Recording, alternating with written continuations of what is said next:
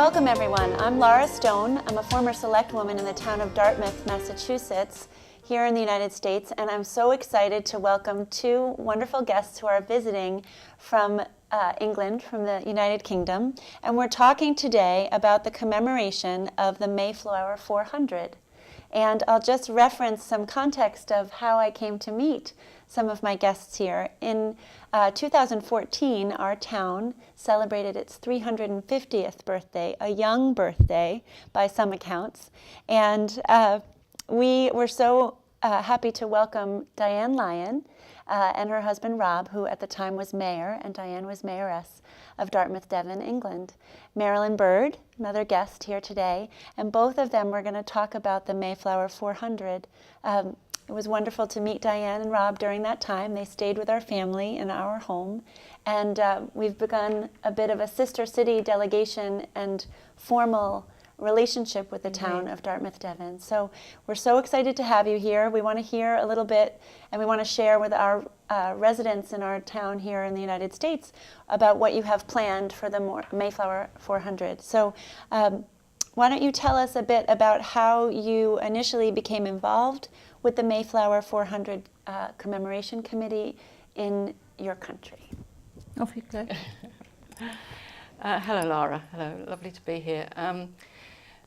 One of the local councillors is a keen historian, and we have also had a very good historian in the town. And the town was asked to be part of a national project to commemorate the sailing of the Mayflower in 1620. This was 3 years ago, so there was plenty of time, we thought. And this national trail has been started, and it calls on all the towns where the pilgrims came from, they originated from, the stories they tell, and how the trail worked its way all the way round from Lincolnshire across to Holland, back to the UK, back to England, and round the coast, and then set off to the New World. But it's a fascinating story of trials and tribulations and ups and downs, and it's a fascinating history, and Dartmouth is part of that. And we just thought we would like to get involved in it. So Marilyn and I, who've been friends for 29 years, got together with the councillor who was organising all this and the local historian, and we didn't know what we were doing, but we started it. We're just part of a steering committee, so there are different elements involved. We have education, we have heritage, we have we're trying to create a real pride in our town because of its history. The Mayflower actually came into Dartmouth. It set the pilgrims onto a cove called Bayard's Cove, and then the Mayflower sailed up the River Dart, the beautiful River Dart, where they stayed for 5 days. So we have an immense part of this history, and we have the opportunity now to do something very special, not only with the education and the heritage, the maritime, because we have the Britannia Royal Naval College on our doorstep, but also art and culture, and that is the field that I'm working on. So why don't you tell us a bit about how the Mayflower 400 celebration will coincide with the celebration in Plymouth, Massachusetts? The Plymouth, England is in close contact with Plymouth, Massachusetts, and there is and there has been a great communications between the two cities. There's been a lot of money invested in this as well, because we realise how important it is. The city of Plymouth realise how important it is, and this working together has brought great friendships between the two countries, two nations, as well as within our own, within England as well, which is, it's been really satisfying. And the projects that are going on throughout the towns and cities will reflect the common theme, which is amazing. So when people come and visit, they'll be able to pick up this story around the country. And the descendants hopefully will get a huge amount of satisfaction from retracing the steps. One thing I think that will be interesting to viewers is to hear about some of the exact events that your steering committee has created in Dartmouth, Devon in the UK, and what you're most looking forward to creating in your specific committee. Well, Di will tell you about the education and the heritage side. What I'm hoping to do is already we have a local composer who has written a lot of music for television, and a friend of mine who is one of the Liverpool poets. And in the 60s, the Liverpool poets were Brian Patton, Roger McGough and Adrian Henry, and they national treasure and you can look them up as far as poetry. So Ed has written this beautiful piece of music for us, and Brian has written some really stirring words about this trip, which is very relevant today because it's about persecution and it's about people having to leave their country. So it's a very relevant piece. So I brought this with me because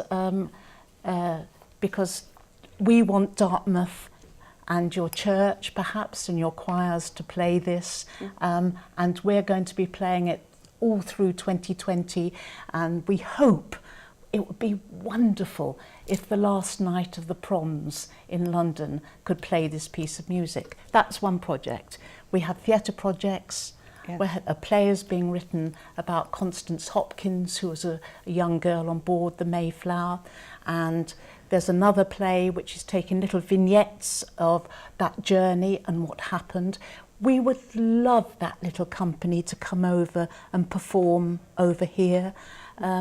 All of these things are interactive, and we would love them to come to Dartmouth, Massachusetts, as much as we would love some of your music and your theatre to come over to Dartmouth, England. The projects are immense, so they go through music and theatre, through poetry, and then Di will say a few words about the education side of That would be great. Yes, I mean, obviously the educational side is the grassroots of any project like this, so that you get the young students, young people involved in their town, in their history, and then grow up and move forward with that. So that's the legacy. And this is important. Through every town has this legacy as part of their thinking and their planning. And we have some plans that we want to do a trail in the town, a heritage trail, which will form part of that education. We hope to extend the museum and have a model Mayflower installed in the museum with interactive modern technology, which we have to have these days. So the young students and young children could get involved in that. The heritage side will also be part of the trail town, throughout the town, pinpointing the history within our town. And we thought in Boston, we thought it was brilliant, the Freedom Trail, the stepping stones right the way around the city was such a lovely idea. We're going to go back with that plan, that idea as well. Lara, could I also mention the fact that the history of Dartmouth is just incredible. Share a bit with our viewers. In our church, St Saviour's Church, there's a brass on the floor, and it mentions a man called John Hawley. John Hawley was a boat builder in Dartmouth, and he's mentioned in Chaucer's The Canterbury Tales, ye old boat builder.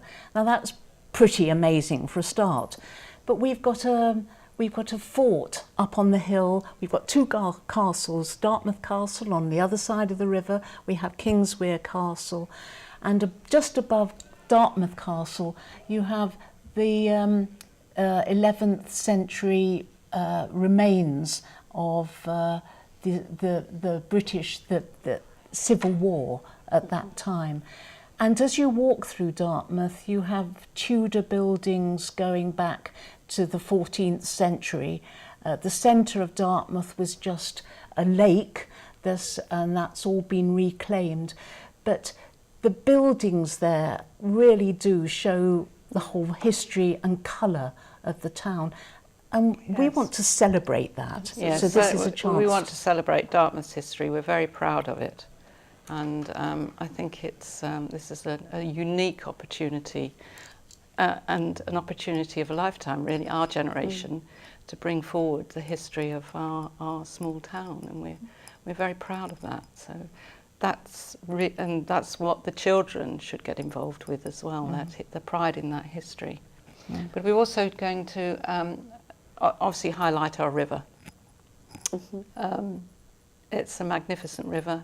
There'll be a parade of ships and a visit from a ship called the Matthew that will represent the Mayflower.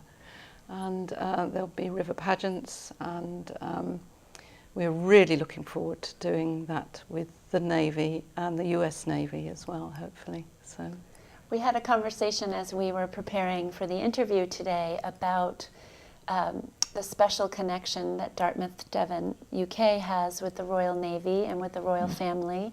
How do you see the Royal College being involved with the Mayflower 400 project? They will be involved, obviously, with the naval side of it and the river side of the whole commemoration. They also hope to have a special Illuminate and Sonilume event with lights and a magnificent concert in 2020, which will be the culmination of the sailing. Our date for the Mayflower sailing is the 30th of August to the 5th of September 2020. And on the 5th of September, we hope to have this amazing concert that we would like to think would attract a few people. From all over the world. Yes, yes. And Marilyn knows a very special conductor and composer called Charles Haleswood, who would perform there. He wants to come. He's desperate to come. Yes. And he's going to bring some incredible musicians. He actually started something called the Para Orchestra, and that opened the Paralympics in London in 2012. He's a brilliant young man, and what he wants to do in Dartmouth is spectacular. It just so happens that his brother is the vicar of St Saviour's Church in Dartmouth, so that helps actually you? helps. It helps enormously. Brings that connection. Yes, but we want this, the trail, the money that's going into Plymouth for this trail, and as Di so rightly said, all the trail towns are going to do their commemoration events, and they will all link up. So when you go to the websites, you will see that such and such a date, that is happening there, that is happening there. And then coming round to Dartmouth, which is only an hour away from Plymouth. So our events will then lead on to the event in Plymouth. Which will be the culmination, because they left from there. And so why don't we just review for folks who are watching and hearing about this story when things begin and when they end, because it's a year-long process. It is. Do you want to speak to the beginning and the ending and the Illumina? Well, several of the cities, because we're only a small town, but several of the cities have already started doing Illuminate, haven't they, in November, around the Thanksgiving dates at the end of the month. And they've already produced 2 or 3 of these Illuminate, and the national scheme for the Mayflower would like every town to do an Illuminate in 2019 on the 22nd of November 2019. They're going to call that the opening ceremony. Yes. Opening ceremony. And then there'll be a year of culture and events, and then culminating in 2020 November on 19th. Okay. Yes. But we hope that this Mayflower thing Yes. We don't want it to be just a year. We want to start something that is going to be commemorated year after year after year. Yes. And the people, the youngsters in Dartmouth, Devon, as much as the young people in Dartmouth, Massachusetts, will remember this and want to continue it. Yes. So this is the legacy we hope Absolutely. to produce. Well, why don't you tell us when the initial planning and development started, because we began to talk about a sister city relationship between Dartmouth, Massachusetts and Dartmouth, Devon in 2014. Yes. And then Yes. when our family came over to the UK Yes. to visit in 2015, I know things were underway. Yes. So tell us a little bit about when you got started to begin planning for 2019. Yes. Yes, it does take time to build these things, to formulate. The ideas are there, but it does take a while to put the plans into action. And we've been working on it for 3 years now, haven't we? We have. Yes. Yes, 3 years. So everyone kept saying, oh, that's 5 years away. We've got plenty of time. But now we're down to 2.5 years now. Right. So the time goes very quickly. Yes. Okay, well, I understand that the events during the Mayflower 400 will take place in 13 core destinations in the UK. Could you elaborate on some of the events taking place in other cities and who is involved? It's very difficult because each city has its unique programme, and we meet every 3 months as a group called the Compact Partnership, and we meet up and discuss all these things, but everybody has their own projects and their own plans, and that meeting is to share ideas, share enthusiasms, encourage us, because we've got a chief executive, Charles Hackett, who is leading us all. So it's more, our particular town, we're focusing on that, so we don't really know what's going apart from... well, there's certain things, because apart from Plymouth has already a lot of money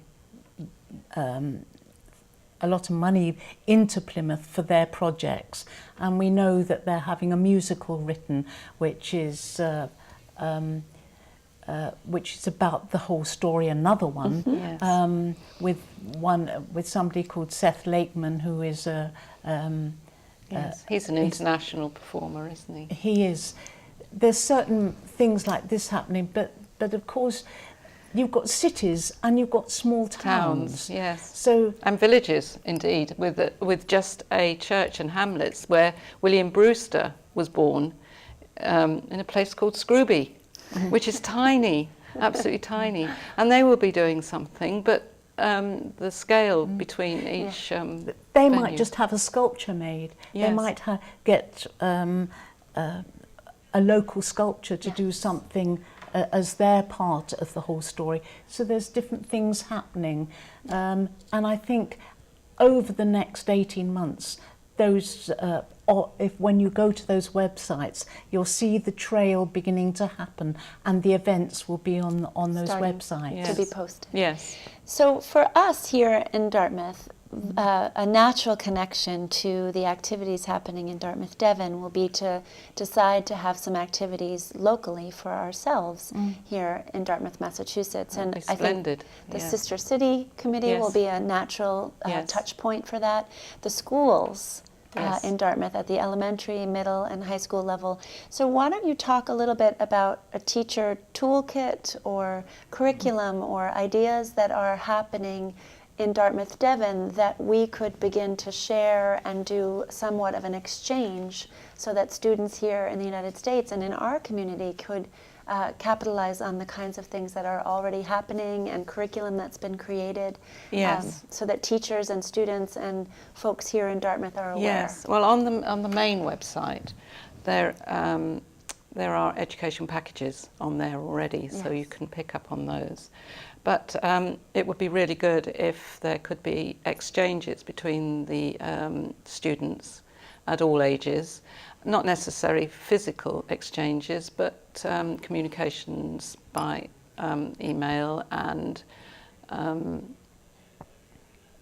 film and Skype, and so that the exchanges can be set up and the story between the two towns and cities can be exchanged. So that sets the groundwork for the educational projects. And then there's books. We hope to get a book written and the children will be involved in that. It'd be nice if the children from Dartmouth, Massachusetts could do something similar. The educational trail, we hope to have a sculpture made. It'd be nice if the children here could get involved in their own sculpture that commemorated that. So there are all sorts of ideas.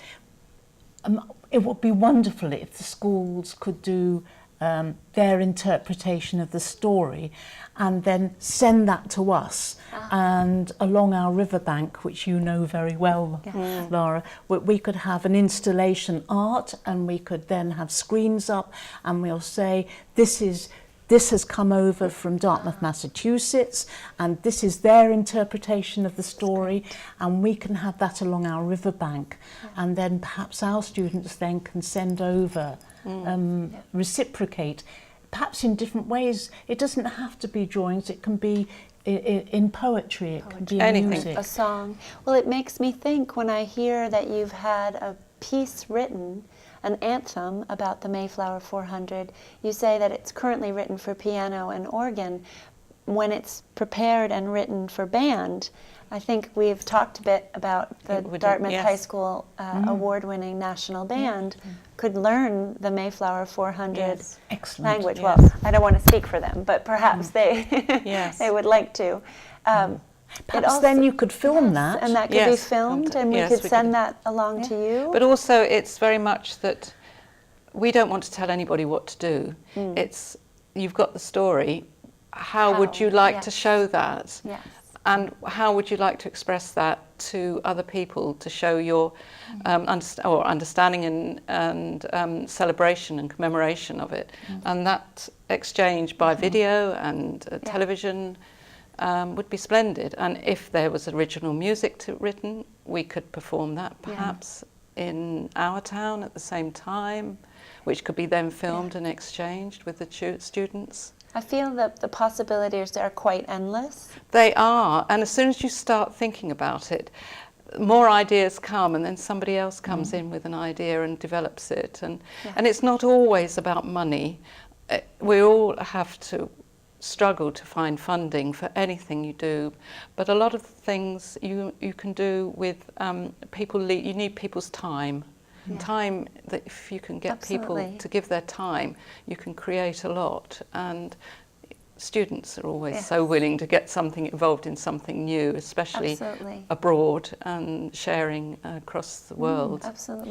Well, it makes me think, I want to thank Dartmouth Community Television, because one of the things that they so care about is making sure the community knows about these kinds of cultural experiences and exchanges. And just in the filming of today's piece about your efforts and the good work that you are doing, it makes me think about the story of Constance, this 12-year-old young girl who made the Mayflower voyage. And she became a matriarch, didn't she? And she had 11 children. Yes, so the descendants of the Mayflower and Constance's family, and as people are tracing, one idea would be to call for Dartmouth residents and families that have Mayflower descendants and how they'd like to express their own experiences, and maybe there's something that we can send along to be displayed in Dartmouth, England. Absolutely. Yes, that would be wonderful. Absolutely amazing. So great. And very exciting as well, because then that will inspire our Dartmouth as well to reciprocate and send things back, and I think it could be really splendid. Isn't it lovely, though, across an ocean, and these people who were being persecuted got on this little tiny boat, and it came over, and the link, and I think it's so important that we talk to each other, that we link with each other, and this is why it's so important. Well, both of you are so gracious to be here. We're so excited to welcome you here to our town. a sea away. Thank you so much for being with us today, and we'll look forward to hearing about how the You're very project welcome. We were evolves. thrilled to be asked. Yes, weren't it's we? a pleasure, Yes. Laura. Yes. Thank you.